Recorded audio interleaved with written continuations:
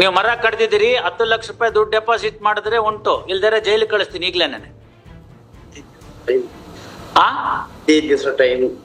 15 ನಿಮಿಷನೂ ಕೊಡೋದಿಲ್ಲ. 10 ಲಕ್ಷ ರೂಪಾಯಿ ಡೆಪಾಸಿಟ್ ಮಾಡಿದ್ರೆ ಉಂಟು, ಇಲ್ದರೆ ಜೈಲಿಗೆ ಕಳಿಸ್ತೀನಿ. ನೀವು ಕೋರ್ಟ್ ನಲ್ಲಿ ಕೇಸ್ ನಡೀತಿರುವಾಗ ಹೇಳ್ದೆ ಕೇಳದೆ ಯಾರ್ದು ಪರ್ಮಿಷನ್ ಇಲ್ದಲ್ಲೇ ಮರ ಕಡ್ದಿದ್ದೀರಿ, ಅದನ್ನ ಕಡ್ದಿದ್ದಾರೆ ಅಂತ ಅವ್ರು ಹೇಳಿದ್ರೆ ಇಲ್ಲ ಅಂತ ಸಾಧನೆ ಮಾಡಿದ್ರಿ. ಅದೆಲ್ಲ ಕತೆ ಬೇಡ, ಇಲ್ಲ ಅಂತ ಸಾಧನೆ ಮಾಡಿದಿರಿ. ಅಲ್ಲಿ ಹೋಗಿ ಒಬ್ರು ವಕೀಲರು ನೋಡ್ಕೊಂಡ್ ಬಂದರೆ ಕಡ್ದಾಕಿದ್ದಾರೆ ಅಂತ. ಕಾಫಿ ಗಿಡದ ಮೇಲೆ ಬಿದ್ದಿರೋದಲ್ಲ ಅದು, ನೀವು ಹೇಳಿರೋದೆಲ್ಲ ಸುಳ್ಳು.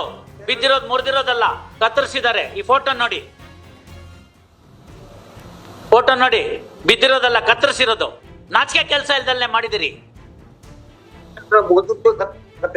ಯಾವಾಗಾರು ಕತ್ತೆನಾರು ಇರ್ಲಿ, ಕತ್ತರಿಸಿದ್ರಿ ಯಾಕೆ ಕೇಸ್ ನಡೀತಿರುವಾಗ? ಕಂಪ್ಲೇಂಟ್ ಕೊಟ್ಟಿದ್ದು ಈ ಟೈಮ್ ಅಲ್ಲಿ. ಅದ್ ಯಾವಾಗಾರು ಕೊಟ್ಕೊಳ್ಳಿ, ಕೇಸ್ ನಡೀತಿರುವಾಗ ನೀವ್ ಯಾಕೆ ಕತ್ತರಿಸಿದ್ರಿ? ನಿಮ್ಗೆ ಕತ್ತರಿಸಕ್ ಯಾರು ಹೇಳಿದ್ದು?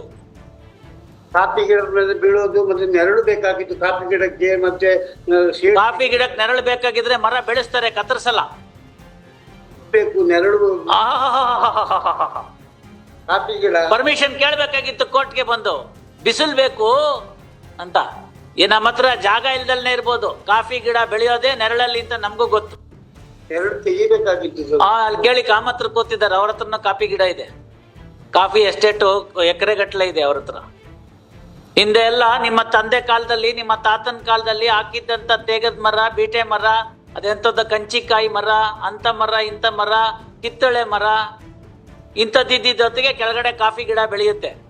ಬಿಸಿಲ್ಗೆ ಹಾಕಿದ್ರೆ ಕಾಫಿ ಗಿಡ ಸತ್ತು ಹೋಗುತ್ತೆ. ಇದೆಲ್ಲ ಯಾರಿಗೋ ಕತೆ ಹೇಳಕ್ ಹೋಗ್ಬೇಡಿ. ಈಗ ಸದ್ಯಕ್ಕೆ ಜೈಲ್ಗೆ ಹೋಗಿದಿ, ನಿಮ್ ಲಾಯರ್ ಬಂದ್ಮೇಲೆ ಬಿಡಿಸ್ಕೋತಾರೆ. ಅಲ್ಲಿ ಪೊಲೀಸ್ ಕರೀಲಿ, ಅವ್ರನ್ನ ತಗೊಳಕ್ ಕೇಳು. ಒಳಗಡೆ ಇರಿ, ಆಮೇಲೆ ನಿಮ್ ಲಾಯರ್ ಬಂದು ಬಿಡಿಸ್ಕೋತಾರೆ. ಒಳಗಡೆ ಇರಿ.